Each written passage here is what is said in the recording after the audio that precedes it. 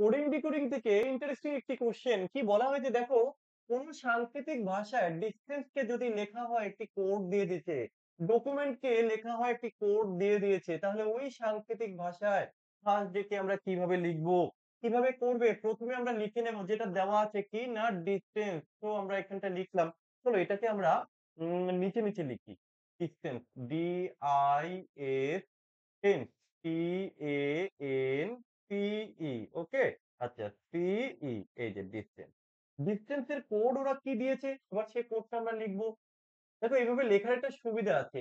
I B T U B E C N.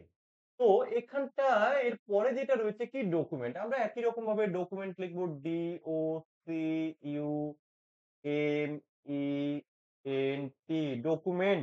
ডকুমেন্টের যে code সেটাও আমরা লিখে নেব। কি আছে, O D E V N T N ই।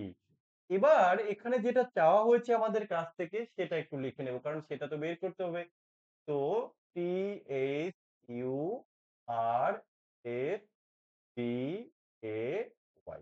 ওকে, এবার আমরা লজিক খুঁজে বের করব। আমরা কিন্তু এখনো লজিক বের করিনি। দেখো এই জায়গাটায় কি করলো, এই যে ডি, এটা না ক্রস করেছে। প্রত্যেকটা জায়গায় লক্ষ্য করে দেখো এখানটায় ক্রস করেছে। তাহলে আমি এখানটায় যদি এটাকে ক্রস করি তাহলে প্রথমে এসে যাবে এইচ, তারপরে এখানে এসে যাবে টি, এইচ টি। মানে এটা ডিটি, এটা হবে না। এর পরের গুলো আমরা একটু দেখছি। দেখো এখানটায় কি করেছে, এস এর পরে টি করেছে, আচ্ছা সি এর পরে ডি করেছে। আবার দেখো এস টি, টি এর পরে ইউ, এর পরে বি, তাহলে এগুলো আবার পরপর লিখে দিয়েছে তিনটে। তুমি তাই লিখি, ইউ এর পরে ভি হবে ও আর, আর এর পরে এস হয়, এস, এস এর পরে টি হয়। তারপরে দেখো লজিক আবার এখানটায় কি করলো, এই যে এবার এখানের গ্যাপটা একটু ভালো করে লক্ষ্য করো এখানে কিভাবে দিচ্ছে।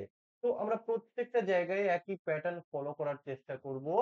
ঠিক একই প্যাটার্ন আমাকে এখানে ফলো করতে হবে। তাহলে এটা কি হবে, ওয়াই আছে, এটা ওয়াই হবে, এটা ডি হবে। এবার দেখো এইচ টি ভি কোথায় আছে, আচ্ছা এইচ টি টি, এটা তো হবে না।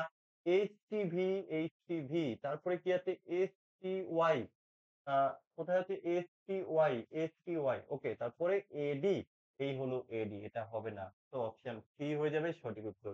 তো খুব ইন্টারেস্টিং কোয়েশ্চেন ছিল। যদি কারো কোনো সমস্যা হয় তো কমেন্ট করে